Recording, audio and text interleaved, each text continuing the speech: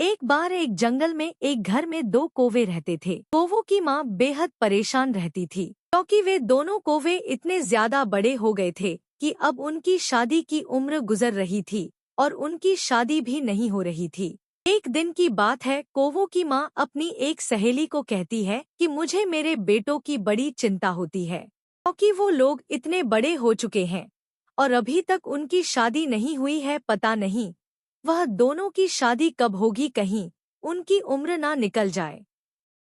तभी बगल की एक चिड़िया कौवों की माँ से कहती है कि तुम व्यर्थ में चिंता ना करो, मैं तुम्हारे बेटों के लिए अच्छा रिश्ता ढूंढने की कोशिश करूंगी। उसके बाद से वह चिड़िया दोनों कौवों के लिए रिश्ता ढूंढते लगती है। कुछ दिन बीतने के बाद वह चिड़िया एक घर से रिश्ता ले आती है।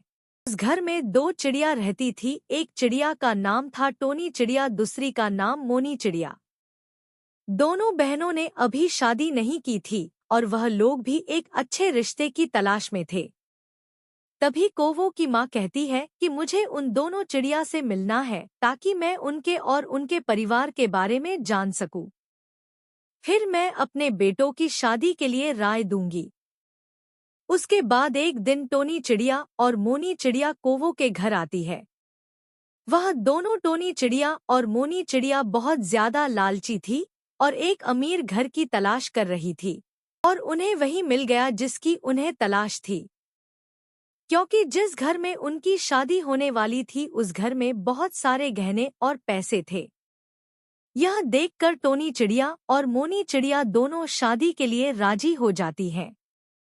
जब दोनों को कौवों की माँ देखती है तो दोनों चिड़िया को पसंद कर लेती है। दोनों को कहती है कि तुम दोनों जल्दी जल्दी शादी की तैयारी करो क्योंकि मेरे पास ज्यादा टाइम नहीं है। टोनी चिड़िया और मोनी चिड़िया कहती है कि जी हाँ, आप बिल्कुल सही कह रही हैं, हमारा भी कोई नहीं है, हमें भी जल्दी शादी करनी है।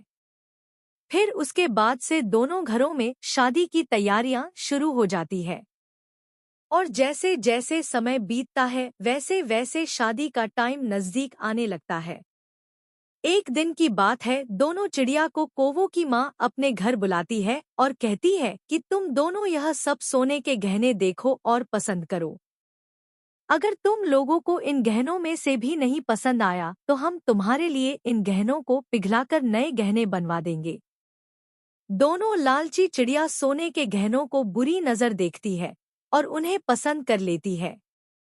शादी का समय भी काफी नजदीक आ रहा था। शादी के लिए बस एक सप्ताह वक्त था। कुछ ही दिनों के बाद दोनों की शादी हो जाती है और दोनों एक दूसरे से मिलजुल कर रहने लगते हैं।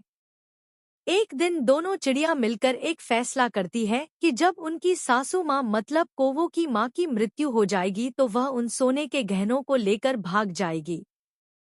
ठीक वैसा ही होता है। एक दिन कौवों की माँ की तबीयत खराब हो जाती है जिस कारण से कुछ ही दिन के बाद कौवों की माता जी की मृत्यु हो जाती है।